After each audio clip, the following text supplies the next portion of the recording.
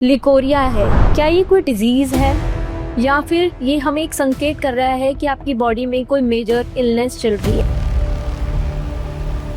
ये किसी बीमारी का एक सिम्टम है जो कि इस फॉर्म में हमें नजर आता है।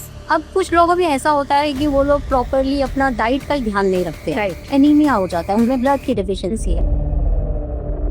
यानी कि जो व्हाइट डिस्चार्ज है वो महिलाओं में होने का क्या कारण है? लुकोरिया का जो सबसे इम्पोर्टेंट कारण है महिलाओं में होने का फंगल और बैक्टीरियल इन्फेक्शन।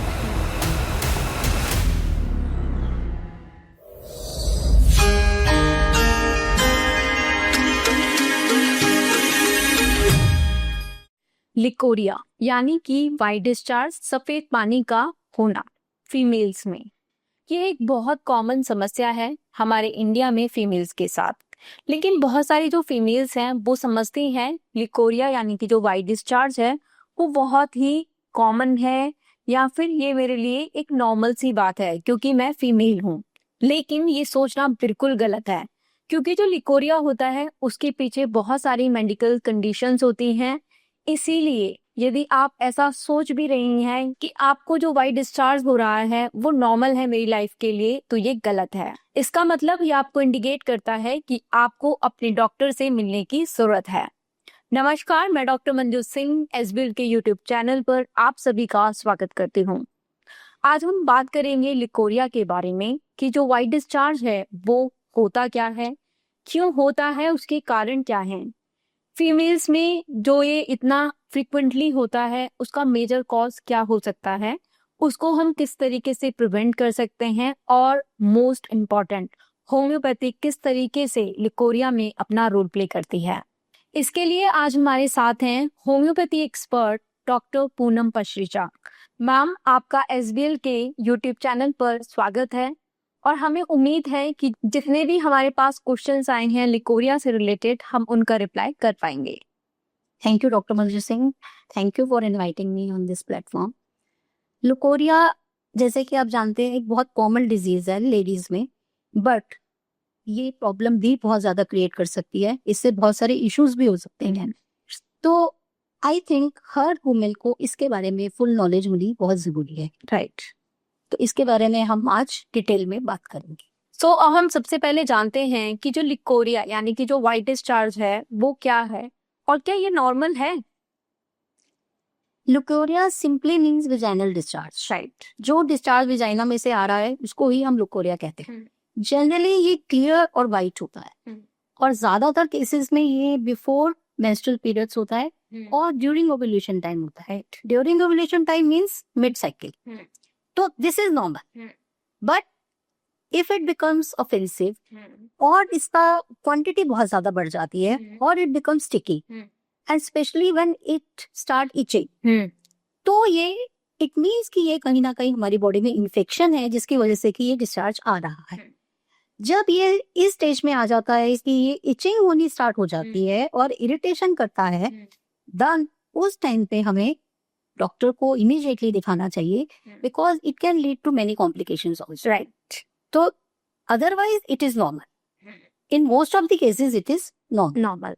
सो ये कहना भी सही नहीं है कि ये बिल्कुल ही नॉर्मल है। हाँ, जैसे कि आपने बताया, अगर आपके जो ये वाले सिम्टम्स हैं इंक्रीज हो गए हैं, जैसे ईचिंग हो रही है, बर्निंग हो रही है या ऑफेंसिवनेस है, बदबू आ रही है डिस्चार्ज से, तो ये कंसर्न की बात है और आपको डॉक्टर से मिलने की जरूरत है। हाँ, क्योंकि उस स्टेज पे आके ये इन्फेक्टेड हो जाता है।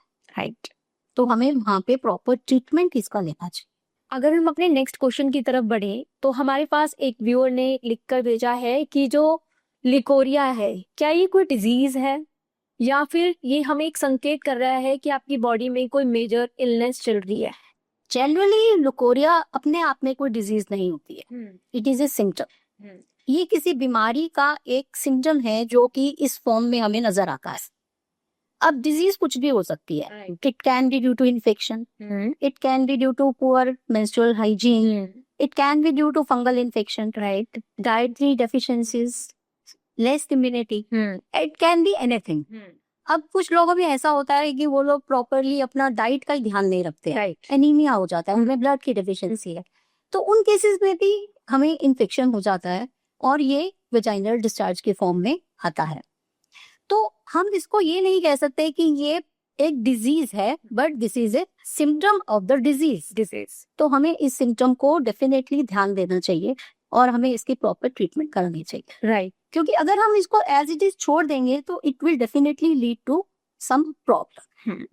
मीन्स अगर आपकी बॉडी में कोई भी वीकनेस है, it can lead to a leucorrhoea और अ वाइट डिस्चार्ज। तो उसका एक प्रॉपर ट्रीटमेंट होना इज वेरी इंपॉर्टेंट। इसको हम ऐसे लाइटली नहीं ले सकते हैं कि डिस्चार्ज हो इसको चलो छोड़ दो, ये तो नॉर्मल है वुमेन में, बट नॉर्मल है, सब केसेस में नॉर्मल होता है, बट ऐसा भी नहीं है कि इसको हम छोड़ दें, इग्नोर कर दें। It should be taken care of. So जो हमारा नेक्स्ट क्वेश्चन है, अब हम इस पे बात करेंगे कि जो लिकोरिया है यानी कि जो वाइट डिस्चार्ज है वो महिलाओं में होने का क्या कारण है? लुकोरिया का जो सबसे इम्पोर्टेंट कारण है महिलाओं में होने का फंगल और बैक्टीरियल इन्फेक्शन है। वो इसलिए है क्योंकि कई बार हम इसकी प्रॉपर हाइजीन नहीं कर पाते। राइट। लेडीज में मेंस्ट्रुअल के टाइम पे भी बहुत सारे इश्यूज आ जाते हैं जिसकी वजह से कि इन्फेक्शन होने के चांसेस होते हैं। तो this is the main cause of leucorrhoea. Okay. Second cause वही पुअर मेंस्ट्रुअल हाइजीन। अब जरूरी नहीं है कि हर किसी को बहुत अच्छे पैड्स मिलेंगे। राइट। कई लोग कपड़ा भी यूज करते हैं। हाँ, अभी भी स्टिल इन विलेजेस वो लोग कपड़ा भी यूज करते हैं। अब उन केसेस में क्या होता है कि उनकी प्रॉपर हाइजीन भी नहीं हो पाती है, दो की विजाइनल डिस्चार्ज के फॉर्म में उनको पता चलता है कि हमें तो कुछ प्रॉब्लम हो गई है। Third is dietary deficiencies. इसमें क्या है कि हम लोग अपनी डाइट का ही लेडीज ध्यान नहीं रखते हैं, और this is very common. Ladies बाकी सबको खिला दी रही है लेकिन खुद टाइम आता है तो वो अपना ध्यान नहीं रखती है। तो हमारी डाइट में iron, protein, carbohydrates, vitamins, everything should be there. Our diet should be a balanced diet. Right. तो डेफिशिएंसी से बहुत कुछ होता है जो कि एनीमिया में कन्वर्ट हो जाता है कि हमारी बॉडी में डेफिशिएंसी ऑफ ब्लड हो जाती है। राइट। तो उसका भी एक बहुत बड़ा इम्यूनिटी वीक हो जाती है। लेस इम्यूनिटी होती है तो हम इन्फेक्शन जल्दी कैच कर लेते हैं। नेक्स्ट इज हमारी इमोशनल डिस्टर्बेंसेस, जो कि बहुत ही वेरी कॉमन इन लेडीज। हम लोग इमोशनली डिस्टर्ब रहते हैं, कभी अपने बच्चों की वजह से, कभी अपने घर, कभी अपना करियर, एनीथिंग। तो हम उसको ओवरकम नहीं कर पाते। तो this can also lead to leucorrhoea. वो कहीं ना कहीं हमारी बॉडी के मेंटल स्ट्रेस, एंजाइटी की फॉर्म में आता है जो कि हमारी बॉडी पे इफेक्ट करता है और फाइनली वो इस फॉर्म में हमें पता चलता है। तो ये एक डिजीज की फॉर्म फाइनली ले लेती है। तो हमें इन सब चीजों का बहुत ध्यान रखना चाहिए।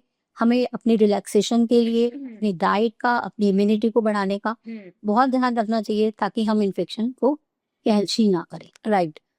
और इसके साथ मुझे लगता है कि जैसे कि नॉर्मली गाइडलाइंस भी बताई जाती हैं कि जैसे कि आपको यदि पीरियड्स हो रहे हैं तो आप अपने 5 या फिर 6 घंटे के गैप में अपने पैड्स भी चेंज करें। बिल्कुल। बल्कि बहुत सारी जो फीमेल्स होती हैं वो सोचती हैं कि चलो ठीक है, चल रहा है, मेरे को फ्लो नहीं हो रहा है तो मैं अपना पैड चेंज नहीं करती हूँ। But this is very important कि आप अपना 5 या 6 घंटे के बाद अपना पैड जरूर चेंज करें, अदरवाइज इन्फेक्शन होने के पूरे चांसेस हैं। आपका जो नॉर्मल लिकोरिया है वो कब इन्फेक्शियस हो जाएगा शायद नहीं पता ही नहीं होता। और बहुत सारी लेडीज को पता ही नहीं होता इस बारे में।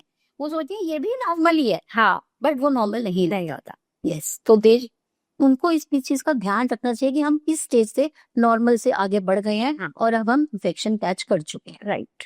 हालांकि जैसे कि हम बात कर रहे थे कि जो लिकोरिया है या फीमेल से रिलेटेड कोई भी प्रॉब्लम हो सकती है, बट क्योंकि हम इस पॉडकास्ट के थ्रू लिकोरिया की बात कर रहे हैं तो देखा जाता है कि जो फीमेल्स होती हैं अपनी इस प्रॉब्लम को बताने से बहुत ज्यादा हिचकिचाती हैं। हालांकि जो आजकल का टाइम है अब फीमेल्स अपनी प्रॉब्लम्स बता पाती हैं, लेकिन अभी भी कुछ ऐसी फीमेल्स हैं जो अपनी प्रॉब्लम्स को नहीं बता पाती हैं। इसके पीछे क्या रीजन हो सकता है? डॉक्टर मंजू, इसका मेन सबसे बड़ा रीजन ये है, एक तो they feel shy and ashamed. Right. उनको बहुत शर्म आती है इस बात को डिस्कस करने से कि हम ये प्रॉब्लम कैसे बताएं। उनको लगता है शायद ये प्रॉब्लम जो है ना ये सिर्फ हमें छुपा के रखनी है। हाँ, पर ये प्रॉब्लम छुपाने वाली नहीं है। ये भी और हेल्थ इश्यूज की तरह ये भी एक हेल्थ इशू है। Like all other diseases, this is also a health issue. अगर हम बाकी बीमारियों के लिए ट्रीटमेंट लेना चाहते हैं तो हम इसके लिए क्यों नहीं? ये भी हमें बहुत जरूरी है, पता होना चाहिए कि ये भी हमारी एक प्रॉब्लम है जिसके लिए कि हमें ट्रीटमेंट लेना जरूरी है। तो हमें और डिजीजेस की तरह इसके लिए भी प्रॉपर गायनेकोलॉजिस्ट के पास जाना चाहिए। And we should take treatment for this, right? एक प्रॉपर एग्जामिनेशन होना चाहिए। अगर आपको टेस्ट की किसी की जरूरत है तो हमें टेस्ट भी कराना, आजकल बहुत सारे टेस्ट भी होते हैं जिससे हमें पता चल जाता है कि ये फंगल है, बैक्टीरियल है या एनी अदर रीजन, तो हम उसके लिए प्रॉपर ट्रीटमेंट लें। ऐसा ना हो कि शर्मो शर्मी में हम इस ट्रीटमेंट इसको छोड़ दें और कल को हम किसी और प्रॉब्लम में बढ़ जाए, क्योंकि आपको पता ही है आजकल एक एक चीज के बाद कहाँ तक चीजें जा रही हैं, राइट? तो हमें इसका राइट टाइम पे राइट ट्रीटमेंट लेना चाहिए, राइट गायनेकोलॉजिस्ट के पास जाना चाहिए, सो दैट कि हम इससे अपने आप को बचा पाए, राइट? तो this is not a problem जिससे कि हम डिफरेंट फील करें और छिपाएं, राइट? नेक्स्ट हम बात करते हैं, क्योंकि हमारा पॉडकास्ट भी होम्योपैथी से रिलेटेड है, क्योंकि हम जानना चाहते हैं कि लिकोरिया में होम्योपैथी किस तरीके से हेल्प करती है। तो जो हमारा क्वेश्चन है वो यही है कि इस लिकोरिया के लिए भी है कि हम जानना चाहेंगे कि लिकोरिया में होम्योपैथी किस तरीके से हेल्प कर सकती है। See doctor Manju, homeopathy works as a whole. हम सिर्फ लिकोरिया को ट्रीट नहीं करते हैं, हम पेशेंट को एज अ होल ट्रीट करते हैं। हम ये जानना चाहते हैं कि वो डिस्चार्ज कैसा हो रहा है, उसके पीछे रीजंस क्या है, उसके पीछे उसकी इम्यूनिटी लेस तो नहीं है, या डिस्चार्ज रोज रोज चेंज तो नहीं हो रहा है, किस फॉर्म में आ रहा है, किस टाइम पे आ रहा है। तो इन सब चीजों को देखने के बाद ही हम होम्योपैथिक मेडिसिन को सेलेक्ट करते हैं, जो कि वेरी करती है हर इंडिविजुअल्स में, क्योंकि हर केस में अलग अलग तरह का डिस्चार्ज होता है। In some cases it is itchy, in some cases it is normal, कुछ केसेस में ऑफेंसिव है, कुछ में नहीं है, कुछ केसेस में वाइट है, कुछ में क्लियर है। तो every individual has different symptoms. तो अब इसके पीछे रीजन क्या है? किसी किसी केस में इन्फेक्शन है, राइट? किसी में हार्मोनल इम्बैलेंस है, किसी में डाइटरी डेफिशिएंसीज है, किसी केस में मे बी उसकी कोई पुरानी प्रॉब्लम थी जिसकी वजह से कि उसको ये डिस्चार्ज आ रहा है, किसी में पुअर मेंस्ट्रुअल हाइजीन की वजह से आ रहा है। तो हमें सबसे पहले ये डिसाइड करना है कि डिस्चार्ज हो क्यों रहा है। Only then we can select the medicine, right? And medicine depend on the individuals, right? हमारी medicines they work as a whole. हम ऐसा नहीं कर सकते हैं कि 4 लेडीज आई और चारों को सेम मेडिसिन, राइट? तो we have to select the medicine on their symptoms. And even हमारी जो बुक्स हैं, जो हमारी लिटरेचर्स हैं, जो हमारी मेन जहाँ पे हमारी मेडिसिन लिखी होती हैं, उनमें भी ये बहुत क्लियरली लिखा हुआ है कि मान लीजिए अगर किसी को वाइट डिस्चार्ज है, लिकोरिया है, तो वो स्पेसिफिक मेडिसिन है। कैसे? कि उसका कलर कुछ है, उसको स्मेल आ रही है या नहीं आ रही है, ईचिंग है या नहीं है, या फिर बर्निंग है या नहीं है। तो इन सारे सिम्टम्स को भी देखकर हम अपनी मेडिसिन सेलेक्ट करते हैं। और हमारी जो मेडिसिन है they are very soft, gentle and natural. और सबसे बड़ी बात, उनके साइड इफेक्ट्स भी नहीं है, बहुत अगर है भी तो बहुत कम है। अगर एग्रीवेशन है, रिएक्शंस होती है और की मिनिमल होती हैं। और स्पेशली अगर हम एक क्वालिफाइड होम्योपैथ के पास जाके लेंगे तो आई डोंट थिंक कि उसको कोई कॉम्प्लिकेशन आएगी, राइट? तो हमें इसके लिए बहुत सोच समझ के प्रॉपर ट्रीटमेंट लेना चाहिए। एक अपनी मेडिसिन जो सिलेक्ट करवानी है एक क्वालिफाइड होम्योपैथ के पास जाके करवानी चाहिए। ये नहीं कि आपने 4 मेडिसिन पढ़ी और उसमें से एक दवाई उठा के खा ली, या आपने जाके काउंटर से कोई दवाई ले ली और उसमें खा लिया। नहीं, वो गलत है, that is wrong. You should go to a qualified homoeopath and then start your treatment. और आई थिंक उससे 90% केसेस में आप ठीक हो जाती है, आपको किसी भी टेस्ट या किसी भी चीज की जरूरत नहीं पड़ती है, राइट? अनलेस कि वो बहुत ही कोई प्रॉब्लम बढ़ गई हो या कोई कॉम्प्लिकेशन हो गई। अब हम जानते हैं, क्योंकि लोगों के माइंड में काफी ज्यादा कंफ्यूजन रहती है होम्योपैथी को लेके कि हम इस प्रॉब्लम के लिए होम्योपैथी लें या ना लें, कहीं कोई मेजर कॉम्प्लिकेशन तो नहीं हो जाएगी, चाहे वो दवाई नहीं ले रहे तभी वो सोचते हैं। तो इसका एक क्वेश्चन है कि जो पेशेंट्स हैं, जो हमारी फीमेल्स हैं, जिनको लिकोरिया बार बार होता है या फिर एक लंबे समय से है, क्रॉनिक लिकोरिया की कंडीशन है, उन केसेस में होम्योपैथी किस तरीके से हेल्प करती है? ओके, मैं अपने व्यूअर्स को बताना चाहूंगी लिकोरिया क्रॉनिक कब होता है। लिकोरिया क्रॉनिक होता ही तब है जब हमने उसको राइट टाइम पे ट्रीट नहीं किया। Absolutely. Otherwise leucorrhoea is normal in every lady, right? वो सबको होगा ही होगा, लेकिन क्योंकि हम उसको ट्रीट नहीं करते हैं तो वो क्रॉनिक फॉर्म ले लेता है। अब क्रॉनिक फॉर्म जब उसने ले ली तो उसके पीछे प्रॉब्लम्स क्या आती हैं कि वो बार बार आएगा। अब वो जब बार बार आ रहा है तो डेफिनेटली हमारी बॉडी पे इफेक्ट कर रहा है, राइट? अब इन केसेस में हमें जो मेडिसिन लेनी है, या हम कोई भी डॉक्टर के पास जाते हैं तो वो आपको डेफिनेटली बोलेगा कि आपको you should take medicine for a long time, right? क्योंकि अब इन्फेक्शन एक्यूट केस में नहीं रह गया, अब वो इन्फेक्शन क्रॉनिक फॉर्म में बन गया। अब उसको जब तक आप रेगुलरली दवाई नहीं खाओगे तो it will not go, right? हमारी मेडिसिन क्या करेगी? आपकी इम्यूनिटी को बूस्ट करेगी, आपके हार्मोनल डिस्टर्बेंसेस को ठीक करेगी, आपके एनीमिया को ठीक करेगी और आपकी इमोशनल प्रॉब्लम्स को ठीक करेगी। जैसा कि आपने स्टार्टिंग में बताया था कि स्ट्रेस भी लिकोरिया में एक मेजर रोल प्ले करता है, तो आपके स्ट्रेस लेवल को भी ठीक करने में हेल्प करेगी। स्ट्रेस तो वेरी इंपॉर्टेंट। अब किसी लेडी को डिस्चार्ज हो रहा है तो वो कैसे नॉर्मल फील करेगी अपना? राइट। अब किसी को कॉन्टिन्यूसली डिस्चार्ज हो रहा है तो she will not feel normal ना, हमेशा डिस्कम्फर्ट में रहेगी ही रहेगी। लेकिन कोई नहीं समझ पाएगा, सेकंड पर्सन आपकी प्रॉब्लम को नहीं समझ पाएगा, आप खुद ही जानते हो अपनी प्रॉब्लम के बारे में, राइट? तो आपको उसके बारे में ट्रीटमेंट लेनी चाहिए। होम्योपैथी का हमारा मेन रोल ही ये है कि हम लॉन्ग लास्टिंग जो डिजीज है उसको ठीक करने में हेल्प करते हैं, राइट? लेकिन आपको उसके लिए प्रॉपर मेडिसिन और लॉन्ग टाइम तक मेडिसिन लेनी पड़ेगी। डेफिनेटली क्रॉनिक है तो टाइम तो लगेगा ही, लेकिन अगर आप उसको लोगे ही नहीं तो वो तो ठीक होने से रहा, राइट? और कल को बहुत सारी कॉम्प्लिकेशंस क्रिएट हो जाएंगी। तो you should take proper medicine for long time by a qualified doctor, right? यदि मैं हम बात करें अपने देश की, तो जो हमारा देश है उसमें बहुत सारी फीमेल्स हैं जो लिकोरिया को एक नॉर्मल प्रॉब्लम मानती हैं। हालांकि उन्हें पता नहीं है कि हो सकता है उनके साथ कोई मेजर इलनेस यानी कि मेजर कॉम्प्लिकेशन हो सकती है इस लिकोरिया के लिए। तो ये कहना कितना ठीक रहेगा कि यदि आप लिकोरिया यानी कि जो वाइट डिस्चार्ज है उसको अगर आप इग्नोर कर रहे हो तो एक डेंजरस सिचुएशन कहिए, कंडीशन कहिए, उसमें कन्वर्ट हो सकती है। ये डॉक्टर मधु सिंह, लिकोरिया वैसे तो हम सब जानते हैं कि नॉर्मल होता है, राइट? लेकिन अगर हम इसको ट्रीट ही नहीं करें जब कि वो इन्फेक्शन स्टेज पे पहुंच चुका है, उसके बाद अगर हमने उसको ट्रीट किया ही नहीं तो डेफिनेटली उसमें इतनी सारी कॉम्प्लिकेशंस आ जाएंगी जो कि हम सोच ही नहीं सकते। सबसे पहली कॉम्प्लिकेशन क्या है? Pelvic infection. पेल्विक आम तौर पे लोगों को नहीं पता होगा what is pelvis, right? But vagina के आसपास पे जितना भी एरिया होता है उसको पेल्विस बोलते हैं। हाँ, तो वहां पे सब इन्फेक्शन हो जाएगा, इचिंग की वजह से आप स्किन प्रॉब्लम्स तक पहुंच सकते हैं। तो आपको एक स्किन स्पेशलिस्ट के पास भी जाना पड़ेगा, उसके बाद पेन भी होगा और उसके साथ साथ आपको फीवर, टायर्डनेस, बॉडी एक, ये सब भी हो सकता है। Second is urinary infection. UTI आप सबको पता है कि बहुत सी प्रॉब्लम देता है और यूटीआई से तो आपको कई बार हॉस्पिटलाइज भी हो जाना पड़ता है, इतना ज्यादा हो जाता है कि UTI I think it is a major problem, major complication of leucorrhoea if it is untreated, right? तो हमें इसका बहुत ध्यान रखना है कि ये यूरिनरी ब्लैडर तक ना पहुंचे।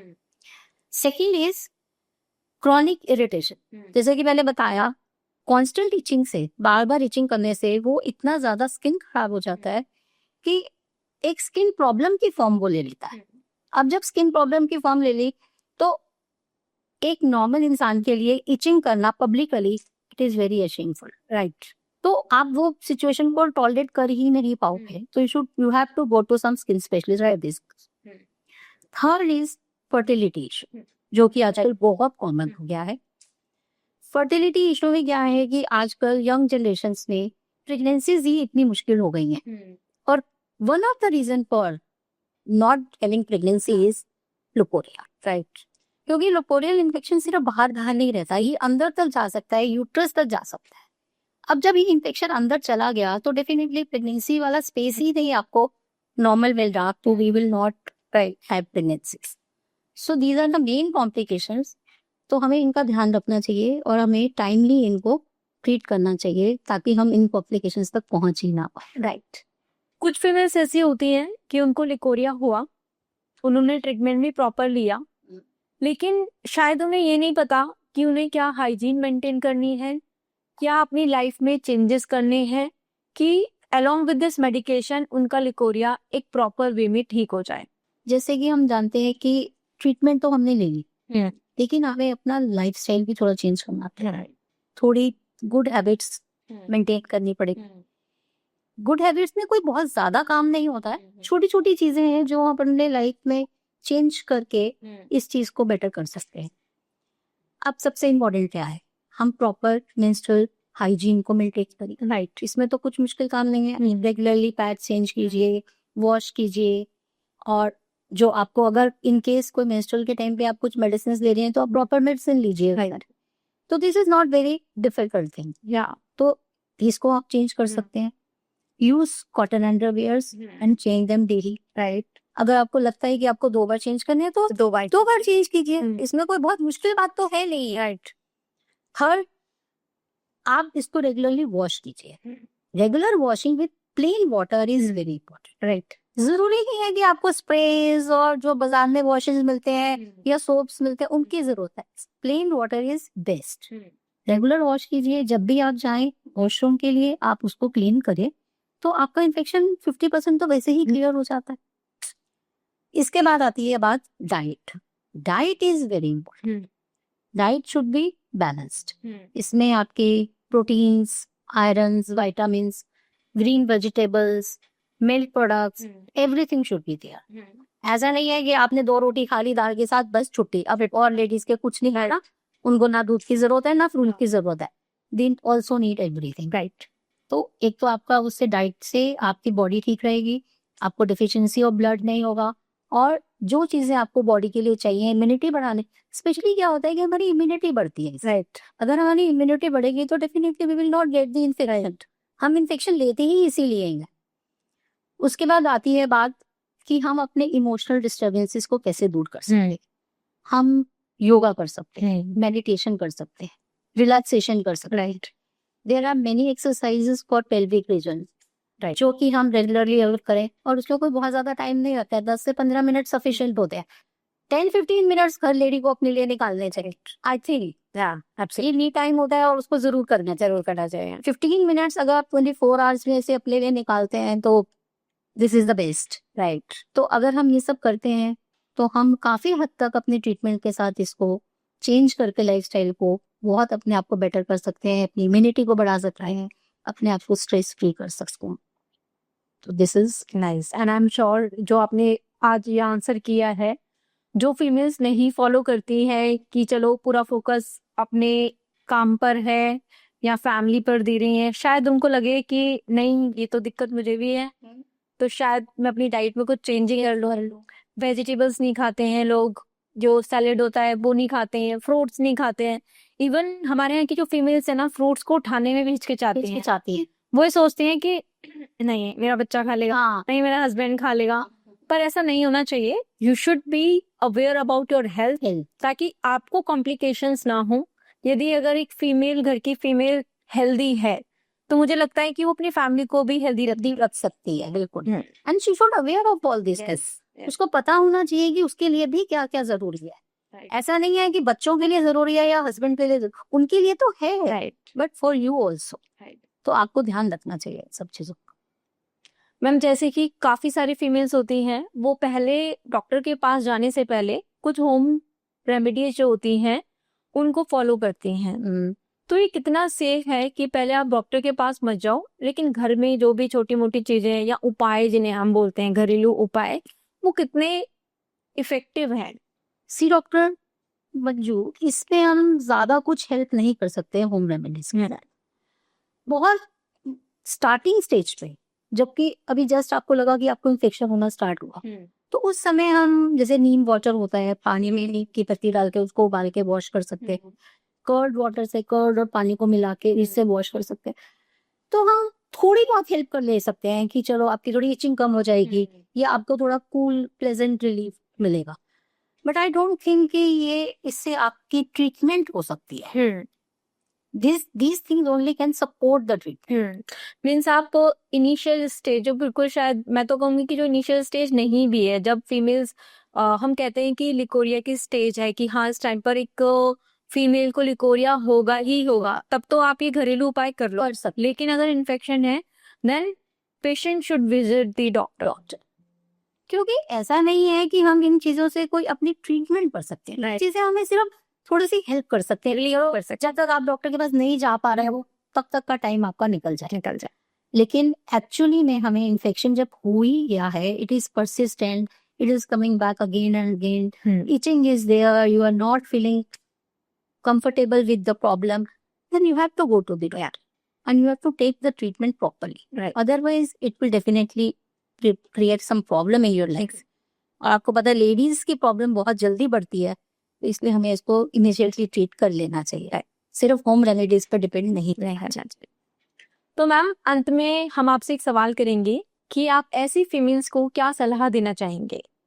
Yes, this is a very important.